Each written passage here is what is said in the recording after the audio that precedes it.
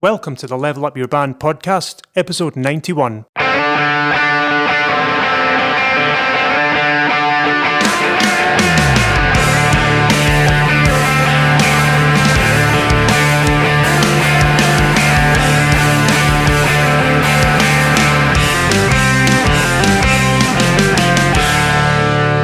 Hello, welcome back to Level Up Your Band podcast. My name is Gavin Patterson and I'm here with a flowery shirted Julian Pombo. Yes, I don't think I've worn this shirt since the Erska tour that we did years ago.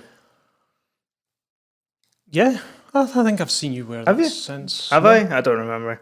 Mm. I feel like I haven't worn it in ages, but definitely perfect clothes for November weather. Yeah. Lovely, beautiful, stunning weather. Mm-hmm. My God, did you see the wind the other day? No? Or maybe it's just because we live in the top of a hill, so... Yeah, no, we live at the bottom, so... It was like, I thought the flipping walls were going to cave in at one point. I was like, all right. Yeah, it's one of those moments where you're like, everyone's like looking around like, is the structural integrity okay here? Are we going to be all right? But yeah, November weather. Yeah.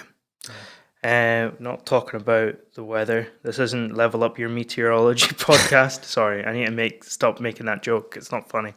Level up. Well, a couple of weeks ago it was level up your bandwidth. I don't think Yeah. I think that I peaked. I peaked there. I think that was my best one. Yeah.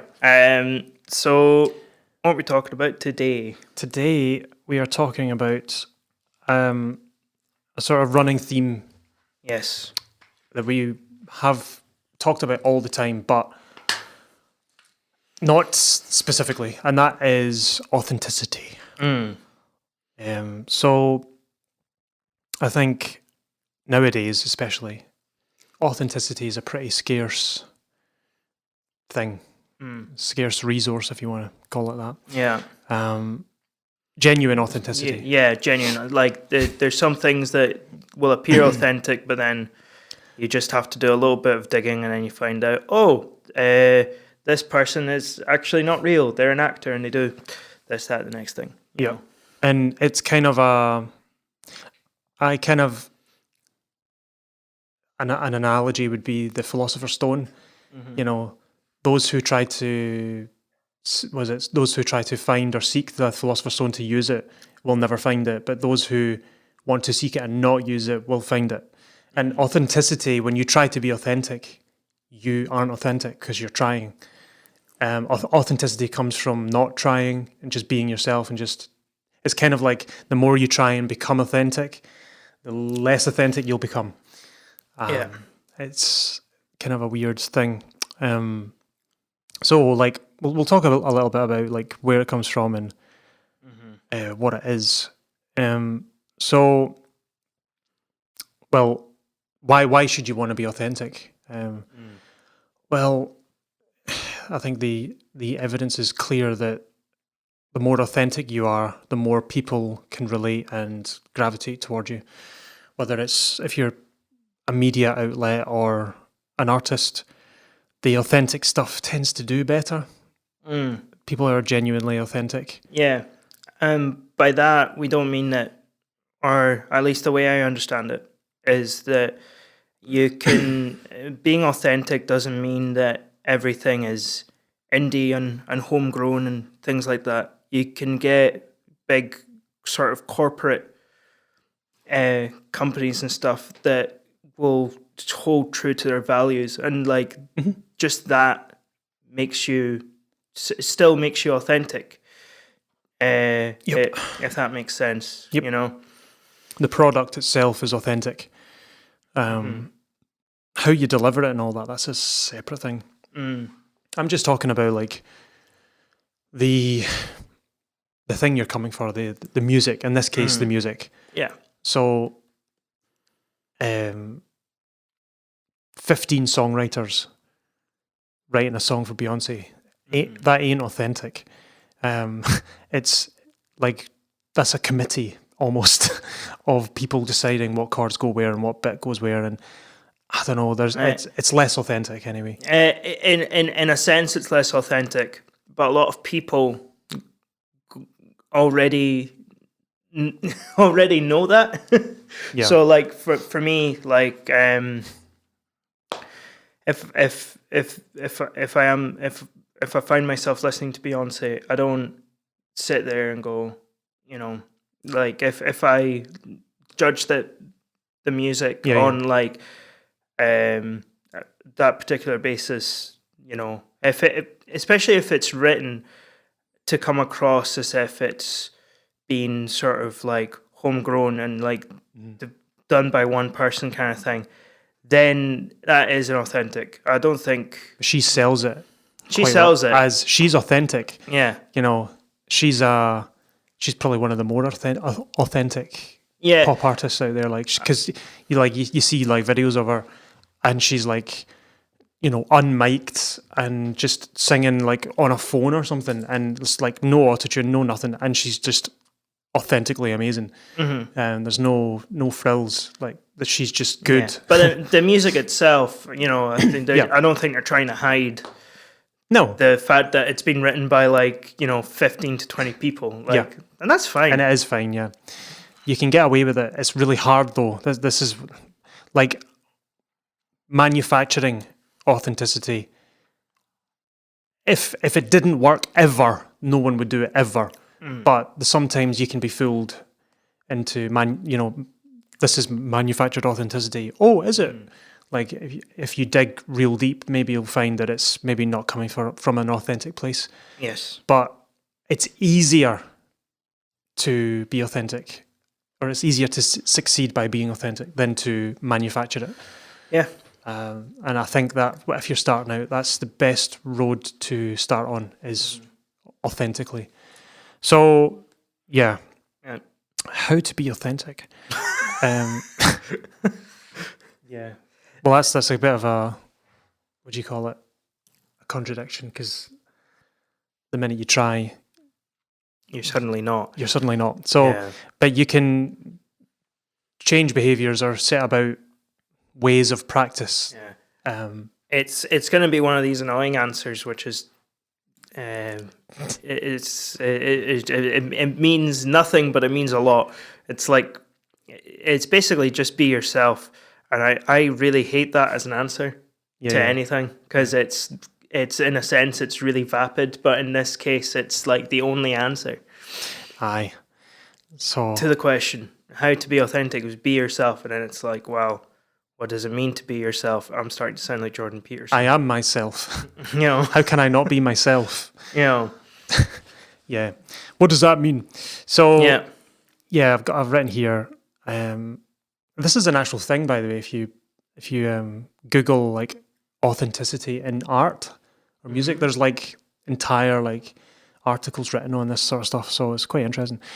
So authentic music is that which comes from the genuine individual's perspective. Yeah. Inauthentic music is that which comes from the individual's attempt at seeming authentic. Yeah. So that can take the form of copying, plagiarism, or forgery. And when I was looking up this topic, it talked about authenticity in art in the classical sense. So there were like sculptors that would forge and copy and basically plagiarize. So I imagine like back in the I don't know, 500 years ago or whatever, you were a sculptor. Yeah. You could get away with forgery because there was no Google, there was no way of knowing that was an original piece of art. If you were like a local sculptor, you could copy like famous pieces that maybe people didn't know about and pass them off as your own and stuff like that. Like forgery was a lot easier when people had less access to all the information that's out there. So this whole thing came up. Is this authentic, or were you using the correct methods? Like these marble or stone statues, perfectly smooth. You've seen those statues where they can make it look like the person is wearing like material, and the way like it's stone, but it looks like it's actual material. It's so well done. And I think I read this somewhere a while ago, and I don't know if it's true, but it would be cool if it is. That's where the word sincere comes from. So sincere, it's maybe not a direct translation, but it means without wax. So a sculptor could cheat. They could make a smooth stone sculpture by filling in all of the mistakes with wax. So basically, if you were sincere, it means that you sculpted without wax, which means you did an authentic job. And those who didn't used wax to try and get that authentic look. So that's where the word sincere comes from. I don't know if that's true, but it's cool. No, I'm because I'm being bilingual. I'm sort of breaking it down, and it makes sense. I can because sin is without, and then I guess the word for wax in Spanish or in Latin, it escapes me. Yeah. But it adds up. So no, that makes sense. Yeah. So it ties. Authenticity is really, really deeply linked to art. Because that's like there's a famous philosopher, I can't remember, said that the most authentic form of musical art is jazz, because freeform jazz, like pure improvisation, because it can't come from anywhere else but the individual. Like there's no in the moment of a solo or something. Yes, you're playing on your influences and stuff, but you can't really plagiarize as easy. Say unless it's you're just ripping off someone else's solo, but which actually like part of like the whole jazz thing of like building up your vocabulary is by basically learning other people's solos and implementing them into your own solos, which is another thing. Anyway, it's the same in rock. Guitarists learning licks. You learn like 1,000 licks from loads of different artists, and then you can use elements of all those licks and start to create your own, because you understand the rules. You know what works and what doesn't work in different contexts. I kind of got a little bit of that in playing keyboard. So you learn lots and lots of like keyboard lines and shapes and movements and stuff, and you start to see a regular pattern across all these different solos that you learn, and then you can start to weave your own solo in any given situation because you've learned the rules, because there are rules, like there's do's and don'ts in solos. Yeah, and you kind of get to learn like how it works by imitating. So, but it's not until you practice and observe that you can start to get the gist of what good soloists can do, or good musicians, and then you can start doing it yourself. And it comes from your experience. That's a part of authenticity is. Authenticity doesn't just spring out of a vacuum, because someone who's never played an instrument before and then just sit behind the kit and they just whack away. Yes, it's authentic, but it's not. It doesn't mean it's good. So we'll get onto that later. But I just thought that was interesting that the idea of authenticity is actually really old, like hundreds and hundreds of years old, and there would be like, this is a forgery, like this is not authentic, and people feel like they've been, conned, basically. So, authenticity it's on its own, it's not good enough. Like I said, you need competence, knowledge, and experience. And I put here the antithesis of the tramp stamps. Yeah. That was a good one. That was a good episode. 10 episodes ago or whatever it was. I can't remember. Yeah. Go back and listen to that one. They are like the embodiment of inauthenticity. Of the kids are really into this at the moment, so let's write music that has that in it. And what will we do? We'll take one of the most sincere, authentic styles of music, genres of music, to do that in. Yeah. it's idiotic. I don't know what they were thinking. Yep.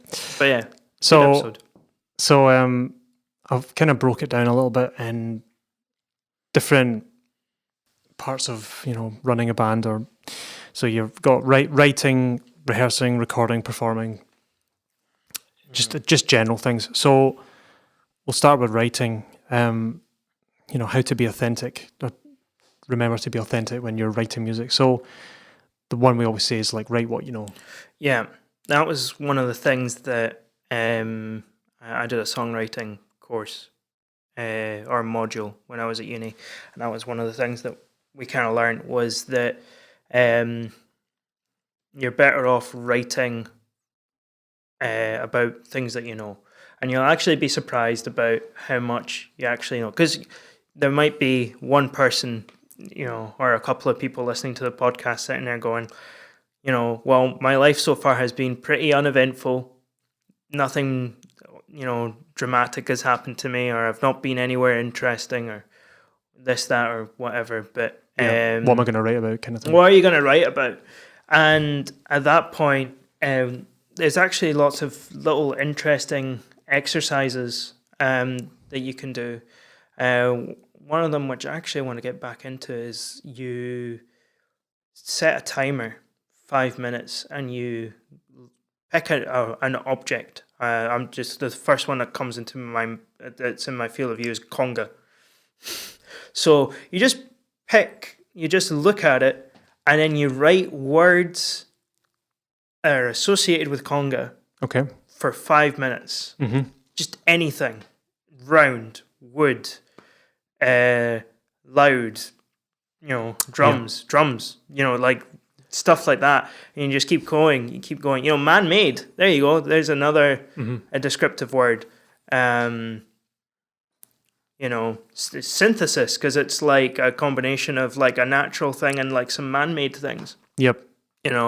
And some element animal parts. But anyway, that's for another. That's for another time.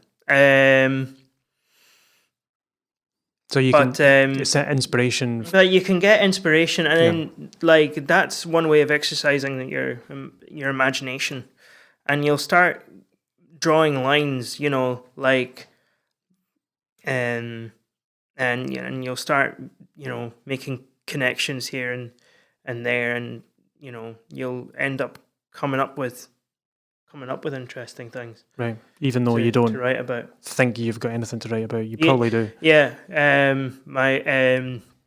It's really fun. My wife is a music teacher. Teaches privately, and she always asks the kids, when they come in, they have like a 5-minute chat before the lesson, and she always asks them, did you do anything interesting in the weekend? Mm-hmm. And their natural response is to always go, no. And then she says, are you sure? And then they go, well, actually, we did do, it'll be amazing, something daft, like, on Saturday, like, my mom and I made, like, handmade pizzas for dinner, that kind of thing. That's pretty interesting. That's pretty interesting. This is a whole process that goes into it. It's stuff like that, Right. So, your life is actually more interesting than you actually think it is. Like the human lived experience is extremely interesting. Yeah, it might seem mundane, but it might seem mundane, but even the mundane is interesting. Well, I can't believe I'm doing it again. I'm going back to Tolkien. The hero of the Tolkien stories are mundane, uneventful little characters called hobbits. Yeah, where they just live their lives. They're just their day-to-day routine. They're not. Do you know what I mean? But that's what they're supposed to be. They are a personification. Like the hobbits in general are a personification of a bunch of different things. Not like the simple life. Normal people. Yeah, just everyday folk. Everyday folk. Yeah. So it's actually not that. Your life is not as boring as you think it is. No. Yeah. Fair. So yeah, write what you know, what you're familiar with, and don't write what you think people want to hear. Yes. Which is basically tramp stamps. Yeah. What do the kids like these days, kind of thing. Let's do that. Our best attempt. No. And I've been in bands that have been guilty of this. Like and it never works. Writing what you think people want, or writing what people tell you they want. That's another one, right? Like when people go, "Oh, why don't you do something like this or something like this?" Right. I wonder if I should. I'm going to put them on blast a little bit because I know they do. I know they do it out of love, right? But they're always their ideas are always terrible. Okay. My mom and dad. Okay. Okay, and you'll find this a lot. And your parents have always got the best of intentions. They want to see your band succeed, right? And they'll tell you, "Oh, why don't you do something like this, or why don't you try writing for this thing or that thing or the other thing?" And I've always had to say to my parents, "Thank you, Right. but no," because the thing is that people have an idea of what's going to succeed, and I talked about this, I think, last time. Or no, I don't think I talked about it on the episode, but I was just talking about coffee in general, right? People always think that, I swear this ramble is going somewhere, Okay. right? People have when you ask people about coffee, right? Even people who don't know anything about coffee, and you ask them, "What's a good coffee?" And they'll say, "Rich and dark roast." It's not a good coffee all the time. No, not necessarily. Which is why when you go, I'm getting to the point where if I had more space in the house, I would roast my own coffee, because it is so difficult to just find a light roast. Yeah. Because I prefer drinking espressos, and a dark espresso, You don't like it? no, it's way too bitter. Mm-hmm. It's not fun to drink.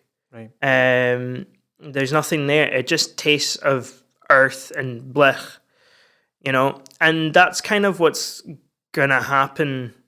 That's what's gonna happen with your music, is that people are gonna tell you a particular thing that they like, Right. and you're gonna put it out there, and then people are actually gonna be very unimpressed with it. Right. I have another example. So for the longest time, I didn't really like scrambled eggs that much. Right. So I realized why. It's because when you think of scrambled eggs, and you go to every bed and breakfast in the country and you get scrambled eggs, I never get scrambled eggs.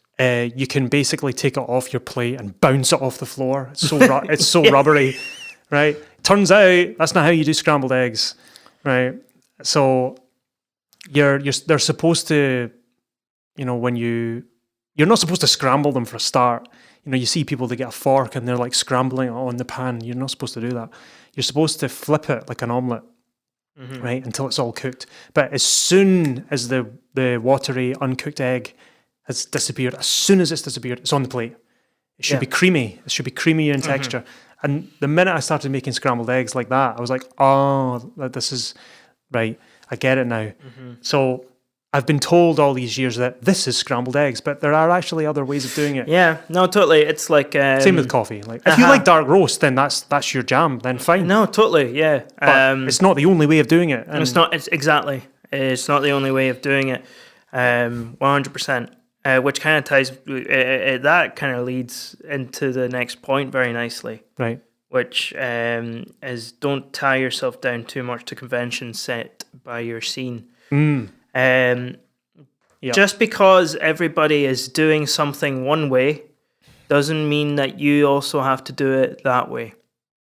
I made this example last time where I was like, if let's say you're involved in like the black metal scene and everybody's singing songs about Satan and death and people dying and war and gnarly stuff, and you're sitting there going like, I like the music, but the subject matter I'm not that into, and you want to be a life-affirming black metal band, then do that. Stopping you. You know what I mean? And it's things like, and sometimes it's really stupid things. Like it's little things you don't even realize are a thing. Like every single like sort of like dream pop or like shoegaze band that I've seen, they all play jazz master looking like guitars and like sort of like Fender style guitars and stuff like that. Bassist is always playing like a 4-string jazz or something. Yeah. What if you want that extended range? Why not play a 5-string? Second tom taken off. So it's only one rack tom and a floor tom. Feel free, like, experiment. I mean, there's going to be a limit to how much you can push something. Because at some point, the music is not going to be of that scene anymore, right? That was the thing with the logos as well for like metal bands. They all look like a cat has scratched a blackboard or something. It's just left like white scratch marks on a black canvas like that. That's every metal band. Well, what was it? Death metal? I don't know what genre. Yeah. They all look the same. I'm like that's. You look at I love looking at the posters, gig posters. It's just they all look the same. I'm like, that's a perfect. If you want to stand out on a poster, make your logo totally different. But like, what's that one? Like, but there is a thing as well. I've heard that if your logo doesn't look like that, then they don't put your logo on the poster because it ruins the aesthetic of the thing. I've heard that. At that point, that scene needs a reform. Yeah, it depends on. There's some people will not print the logo unless it looks like that. I've heard that very occasionally. It's not every case, but it's funny. But yeah, that's a way to be authentic. If you start tying yourself down to like certain little traditions that you're like, I wish we didn't do that, or this doesn't make sense, or because you're wanting to strike a limit, you're wanting to strike the balance of I belong to this scene, and like this is the kind of music I make. Yeah. And standing out from everybody else as well, and not sounding literally like every other band that's there. I like looking at different things like that, where you look across and see what other people are doing. See if you see everyone doing the same thing. That's a great opportunity to do something different. Because if you should be worried if you're trying to get into something, doesn't matter what it is, could be music, could be anything related. Start a business and you're looking around at your competition and they all look the same, then that's good. But if they're all different, if they're all slightly different, you've got a harder time to try and stick out from the crowd. But see if everyone's doing the same thing, you've got it easy. You can just do it differently. And you'll stick out immediately. That's. I mean, it's not like going out your way and be like, I'm going to try and be authentic. And it's the balance between you need to be authentic, but not too conformist. So, if you try too hard to be authentic, you end up becoming nothing. I'm just me, man. You're just weird. You're trying to be quirky, trying to be weird. It's not. Nah. Yeah.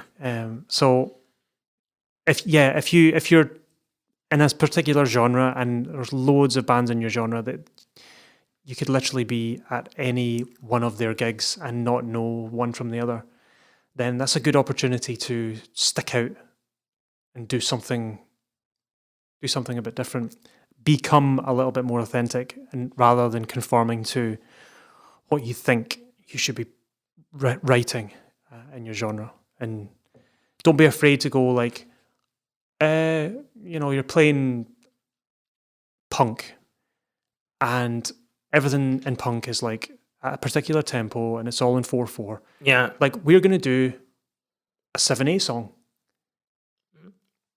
Or we're going to do a slow song. We're going to do a slow song, yeah. Harmonies, like pop, sort of punk bands never really have harmonies. Unless you're, but then that's when you start going into pop punk territory.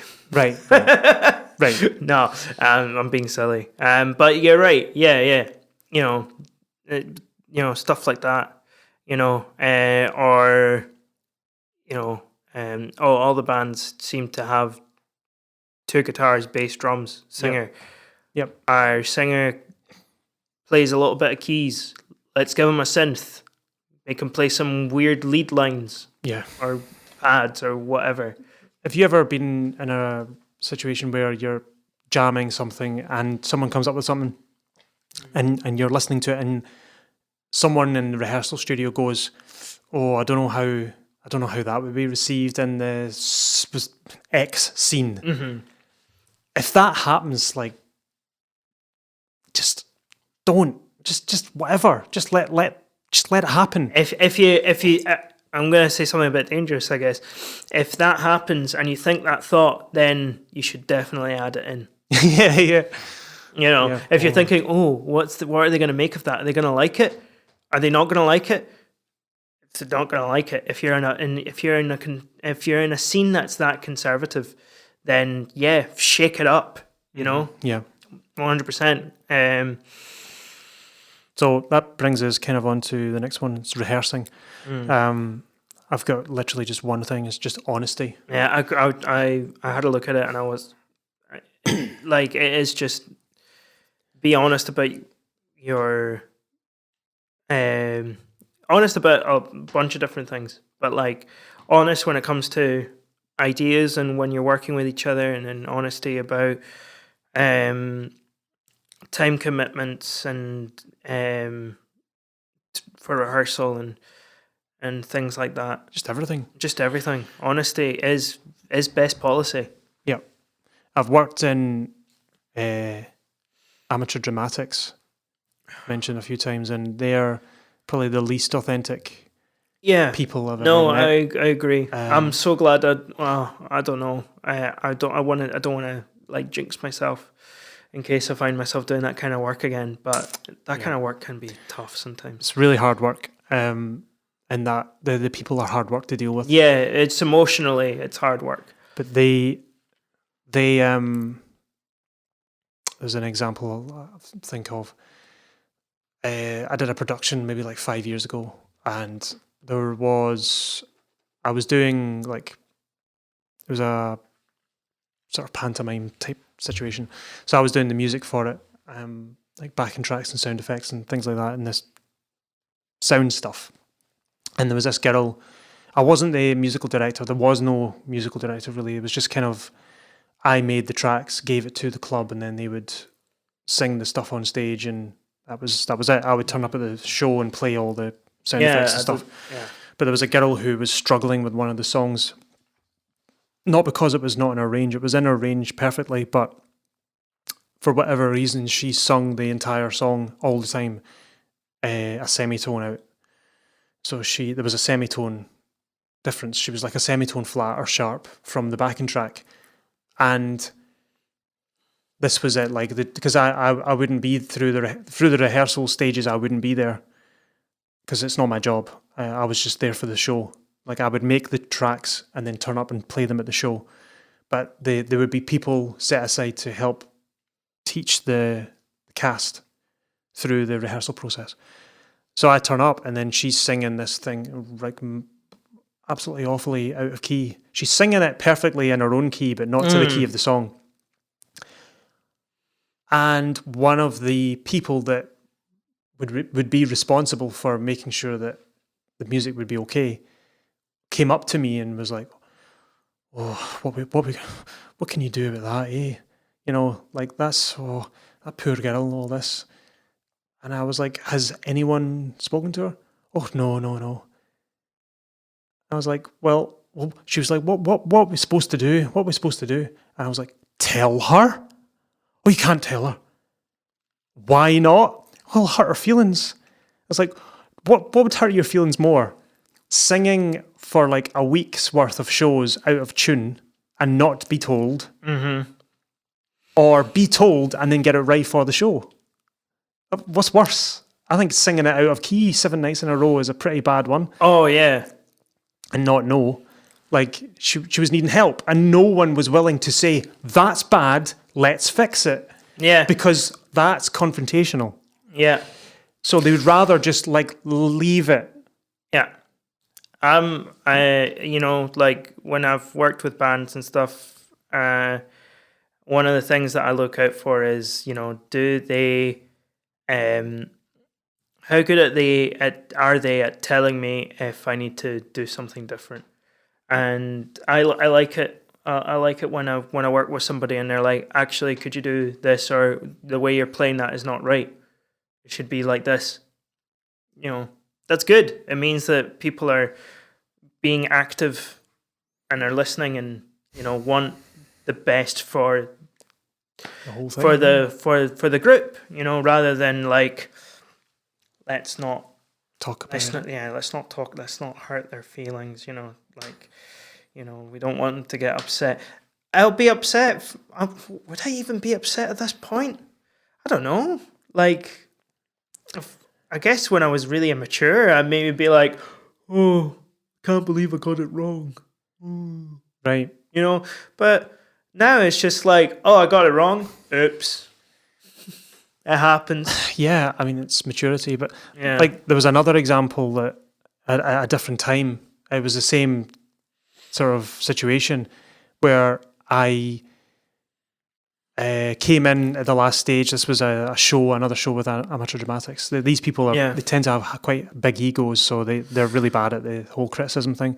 But one of them was struggling a bit, and it was a bit, maybe out of their range or whatever. But we couldn't lower it because it was a choir, and if you lower it, then nobody could reach it. So it was a case of you just need to learn it. And they were struggling. No one was really helping, and I was like, right, I'm going to step in here. Like, I'm not supposed to, and I'm not technically being paid to do that, but I'm going to go and help. So I sat with a person, and we went through the song, and bit by bit, and I showed her where the problems were, and like I would play the song, go, right, stop, you're a wee bit flat there. Let's tighten that up a bit. That was really good. Keep that the same. And then we would run it through, and then we got it really good, and it was great for the show.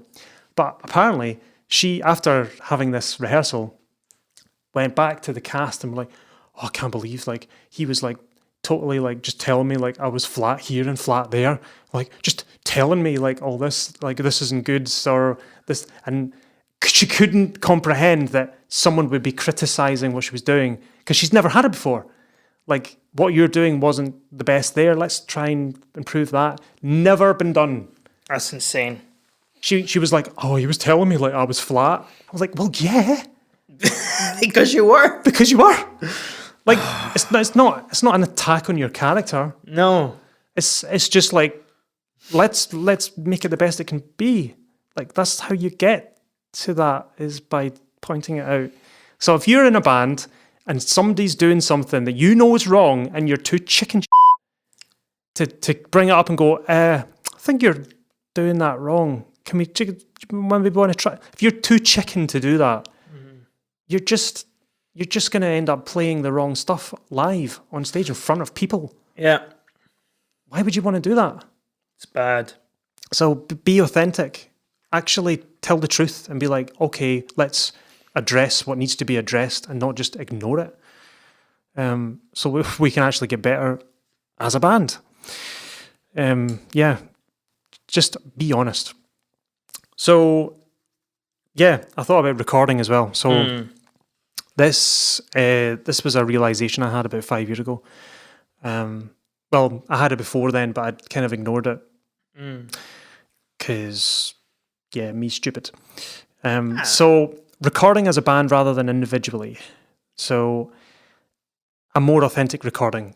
Yeah. Getting people who would have known, getting a band all in one room playing together at the same time, it sounds better. Yeah. There's this I remember talking, I'd suggested that there was a band I was playing with, and I basically suggested to them, the studio we were recording in, big enough to have Right. basically the whole band. Right. Just do it as a live track, each song. And this person had ran it by somebody else that they knew, and they were like, "What? You're gonna record it all in the one room? What, you think you're like good musicians or something? Like the Rolling Stones or something? You crazy? You're gonna do it all in?" And like, and then after that they decided to not do it as a live track, Right. and I was a bit disappointed because I was like, I mean, the track still ended up coming out sounding good, I think, but I just think it would have sounded so much better with just the drummer and maybe bass player on it and rhythm on like a click track and just play. Yeah. And done. This is something I've noticed as well that has blown my mind recently, and I've only just discovered this, and it is the truth for every band that I've recorded in this regard. It blows my mind, and you'll probably not believe me, but overall, when a band records together in one room, it sounds immensely superior. Yeah. However, see when you solo the tracks, individual instruments, they sound really bad. No, I believe you. See your bass. Mm-hmm. So the latest EP that we've just recorded, some of your bass tracks are like on their own, aren't that tight. Mm-hmm. But when you play them together with the kit, they are perfectly in sync with each other. But because we were in the room together, it just gelled. All the little imperfections, the perfections, the imperfections, the weird stuff that musical magic that happens in a studio all made sense together. Yeah. But when you hear the parts individually, it's like, huh? See, when you listen to the bass, when it's in the full mix, like, oh, that bass is popping, man. It's amazing. You listen to it on its own, it's like, boom, boom, boom, boom, boom, boom. It's like, huh? But when in the last album, when I had you in, you just recorded your bass on your own, and it sounds, the whole thing as a whole sounds okay, but there was something missing. There was a sort of spice missing. When you hear the bass on its own, it sounds great as its own thing, but when it's so bizarre, like, because there's a cool rhythm thing you do in one of the tracks. I think it's Hill Street at the end. At the last part, there's a cool rhythm thing you do, and it sounds sick with the drums. But when you hear it on its own, it's so out of time. You need to show me this after recording. With the drums, it sounds pristine. Yeah. I can't get over this, and it's the same with every band I do this with. Yeah. It's bizarre, like, but it just fits. It's just so like in sync. Yeah, it's this, and you can do this. You can do this with any band, present and past. One of the best examples. Example that comes to mind is Led Zeppelin. If you like solo everybody's performances, like you'd be sitting there going, "These guys are musicians." Yeah. Like, really? Mm-hmm. But then you put the whole thing together. It's like, wow. Magic. Adam Neely did something similar where I can't remember if it was Rick Beato quantized John Bonham's John Bonham's drums, and it sounded hot garbage. It was so bad. It was really, really bad. And Adam Neely did a similar thing where he auto-tuned like certain singers' performances, and it was just like the life just got totally sucked out of it. You know, to bring it into, you know, Adele's latest single, whole track is completely sung, totally natural. Yeah. No auto-tune whatsoever. Right. And as a musician, you know, somebody who has trained their ears for a certain amount of time, I'm hearing it and I'm going, yeah, that note I guess is a bit sharp, or you know, whatever. But then if you actually were to tune it,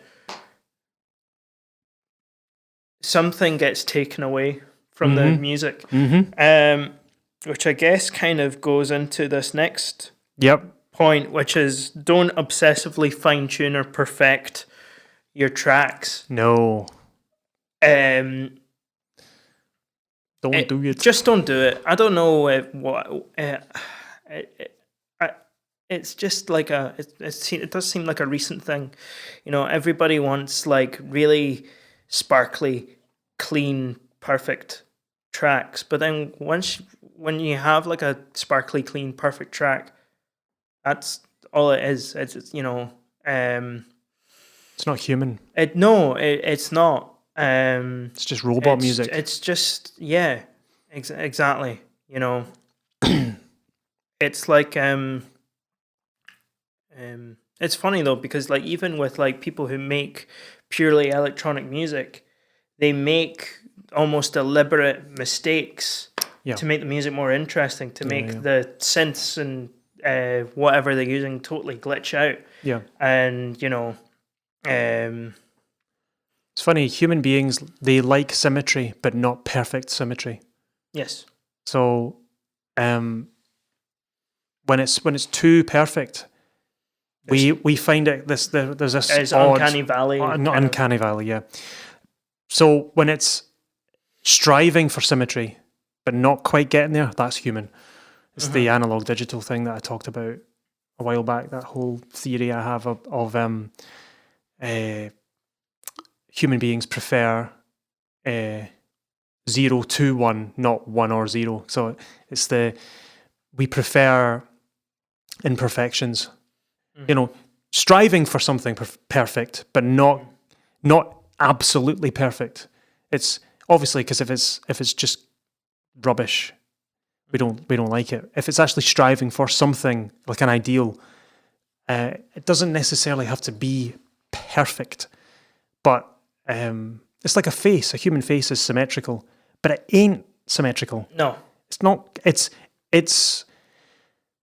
clearly trying to be symmetrical, but it's not perfectly symmetrical. Do you know what I mean? You know, like a classic example is to like put a mirror up, you know, to the middle of your face, and all of a sudden you look like, you know, an Oblivion NPC. Yeah. You know, like absolutely horrifying. Like, you know. Yeah.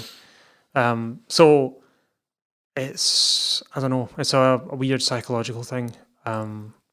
It's just polishing things to the nth degree. I think things are like that now. You know, if you're listening to like, again, so like bass track, or like one of the guitar tracks, and there's a little bum note, right? But you don't notice it with a full band. Leave the bum note in. Yeah. It will, because it you know. I always do. It will just add to the thing. Yeah. You know. I don't quantize anything. The only time I'll quantize is if someone has made a genuine mistake. Then it's quite jarring, and I don't have another take to replace it with. Yeah. Then I'll shift it. If it sticks out and it doesn't sound nice, I'll move it. But I don't, like, there's some engineers who quantize every single note of a performance. And that's just, I don't get it. Why are you doing that? You're taking the individuality out of that person's playing, and it could be anybody. It's just a robot playing notes. That kind of like a subtopic. Authenticity. I think the reason why authenticity seems like it's going out of fashion is because of the way human beings are now interacting. So social media. Social media is a platform or platforms where you create an avatar of yourself. And an avatar is an inauthentic representation of yourself. It's usually the best version, or the best, in your opinion, version of yourself. So it's the photograph of you wearing your best clothes, looking your best, on holiday, eating this amazing food, and it's always it's an inauthentic, because you can't get an authentic representation on social media. It's not possible, because you can't, in its current format anyway, because the most authentic sort of interaction you can have with a person is face to face, because you get everything all the one go. You can't get that on social media yet. Maybe in another 20 years we'll have some platform that brings us more in touch. Like video calling is pretty good. Yeah, you get a fairly decent interaction with someone that's almost as authentic as being there. But social media, creating an avatar, a profile, there's nothing authentic about it, and it promotes inauthenticity. It actually wants you to be less authentic. It gives you filters to change your face and weird effects that you can put in your photos to make it seem better than it actually is. And I think that's the reason why authenticity is on the downslope. It's because of the way we interact now since 2005, 6, 7, increasingly in the last 5 years anyway. It's just not a platform that fosters authenticity. I don't think it is. That's why I don't really use it anymore. Yeah, because you know it's not authentic. Occasionally you'll get someone who's like, I'm rebelling against it. Here is my like unfiltered face. Yes. I've just woken up thing. You know, that kind of thing as well. So even then, that has a touch of inauthenticity. It's like, did you really just wake up like that? Really? Yeah, really? Right. Really? You know, that sort of thing. Yeah. So yeah, just a side thing.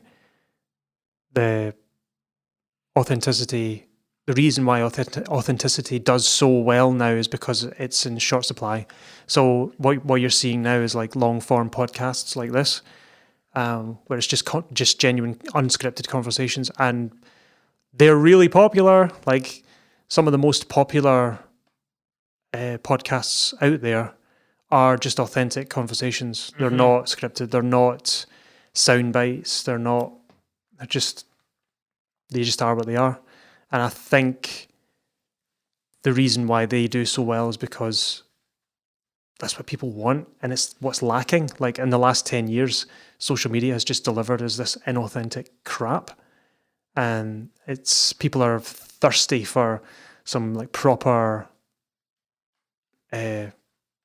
authenticity. So yeah, that was just a side note. And last year, performing. So authenticity when performing. So enjoy yourself. Yeah. The performance will benefit from it. So unless you're not enjoying yourself, in which case that's another problem. yeah. Well, I'm thinking back to when I was 18, jumping up on stage. I was obsessed with thinking, all that was in my head the whole time I was playing is like, what do I look like right now to people when I'm playing? I wonder how I come across. Is this how drummers are supposed to look when they're playing drums? Am I doing it right? You know, and I'm thinking of like famous drummers, like what do they do when they perform? What moves do they do? And now it doesn't even enter my head now. I'm just like, oh, whatever. Yeah. I was kind of lucky in the respect of like that I didn't really think about what I looked like when I played. I just played. Right. And then, you know, when people would come up and would give me comments like, oh, you're really fun to watch perform. And I'm like, well, that's good. I'll just keep doing what I'm doing then. Yeah. You know, which isn't anything special. I just I don't know. I just play. Yeah. About it, you know. And this, you know, this is tied down to like there are like it's almost like it's a callback to one of the previous points. You know, if everybody in your scene, you know, jumps about all the time, you don't feel comfortable jumping around. Don't jump around. And it's the same thing. Like where I come from, right? Being animated when you're playing bass in my scene doesn't really seem to be a thing, as in like actually moving about the stage and doing things, you know. Like whenever I've seen a jazz performance, Yeah. a bass player always looks really upset or really like bored, and They're just gonna sit there. or sometimes they don't look bored, but their face is making some really horrible, tortured expressions. Right. You know. But when you look back, like to like the old jazz, like the 30s and 40s, and videos, those guys were fleeing off their nut. Like there's some those guys with the upright basses that were like proper, like but they were all on cocaine. So yeah, yeah, exactly. So it just depends on. Yeah, and if they did look bored, it was probably because they were on heroin. The other one. Yeah. They were from the West Coast instead. Yeah. But yeah, just do what you feel comfortable doing, and just have fun, really, when you're performing. Yeah. And if your way of having fun and being comfortable is doing like a John Mayung, just standing perfectly still and just playing, you know, really intricate bass stuff, that's fine too. Yeah. Whatever. As long as it's authentic. Yeah. And this is another, which I guess kind of ties in, is if you don't enjoy playing a song anymore, then don't play it. Right. And this is something that, you know, not an originals band, but my wedding bands kind of decided to do, was there were just songs that were making certain members of the band feel either apathetic or just totally miserable. It would get to the point where it would come up on the set list, we'd go, yeah, you know. And then we just identified those songs, and then we went, right, we're not playing them anymore. Yeah. And yeah, we did go through that moment of like, wait, we're not going to play them anymore? But we're a wedding band. And other wedding bands play those songs. So we have to play those songs. It's like, no, we don't have to. No. Especially if we really hate playing it, because nobody's going to come up to the dance floor if we're playing these songs and we're visibly hating it. You know, or even if we're trying to hide it, it's going to come across one way or another. So we just got rid of them. Nobody misses them. Yeah. Nobody misses the songs, you know, and it's fine. Yeah. It's grand. Yeah. And to bring it back to like maybe like an originals kind of a band, the first example that popped in my head was Radiohead. You know, and they wrote that Creep, which is one of their biggest songs, and they don't play it live. Sick of playing it, probably. They don't like playing it, so they've just stopped playing it. Fair enough. You know, that's fine. There'll be a lot of annoyed fans, but tough. Yeah, no, exactly. Yeah. You know, if you're really just there because of Creep and you're not like, then it's fine. Go like listen to the record, like, and that's fine. Do you know what I mean? You know, if there's songs that you wrote, and you just don't like playing them anymore, then just stop playing them. Yeah, simple as that. You know, just move on. Put it to bed. Put it away. Yeah. You know? Maybe bring it back later. You know, it doesn't mean it's gone forever. Totally. You know, you might bring it back because you're like not sick of it anymore. Yeah.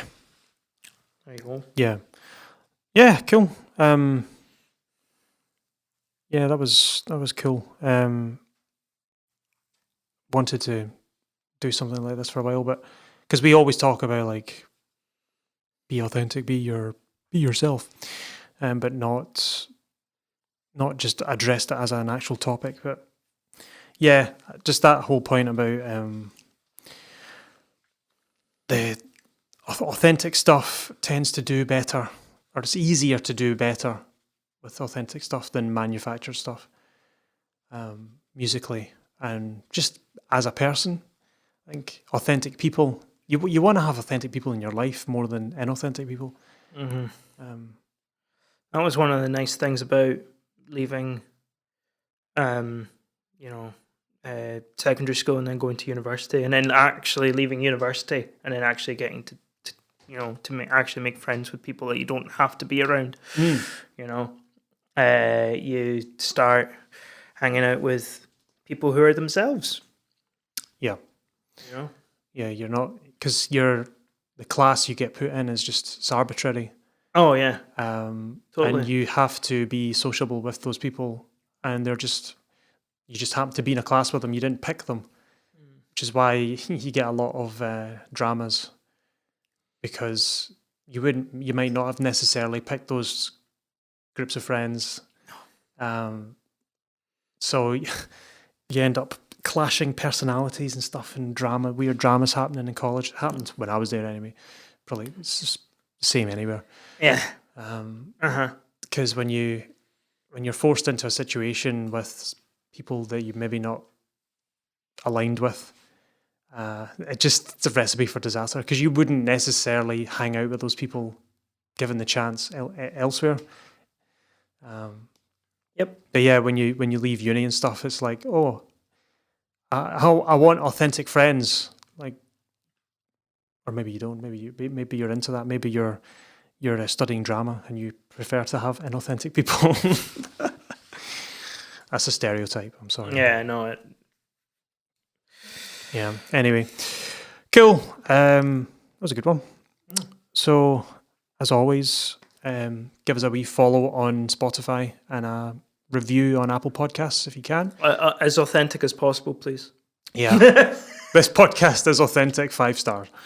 Or yes. It's not authentic enough or whatever. Yeah, and please share with anyone you think might like the podcast, any musician pals. Share it on.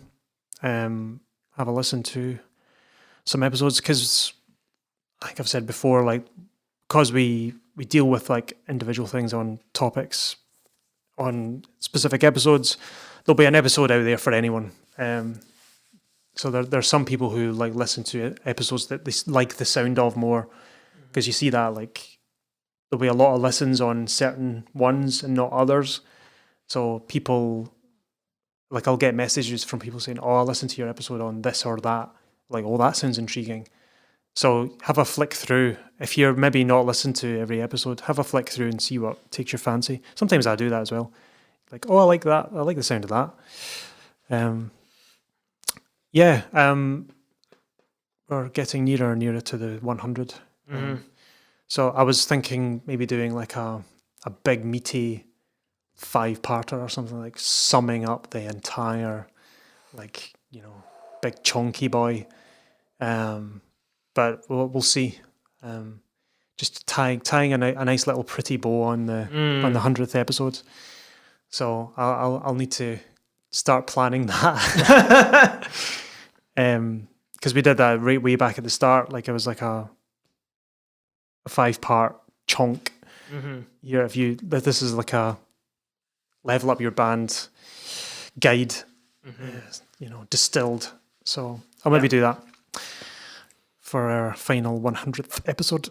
But yeah, hope this was helpful, useful, informative. And if it wasn't, well, yeah, whatever. What am I going to do? But call your mum. I don't know. So yeah, hope you all have a good week and see you next time.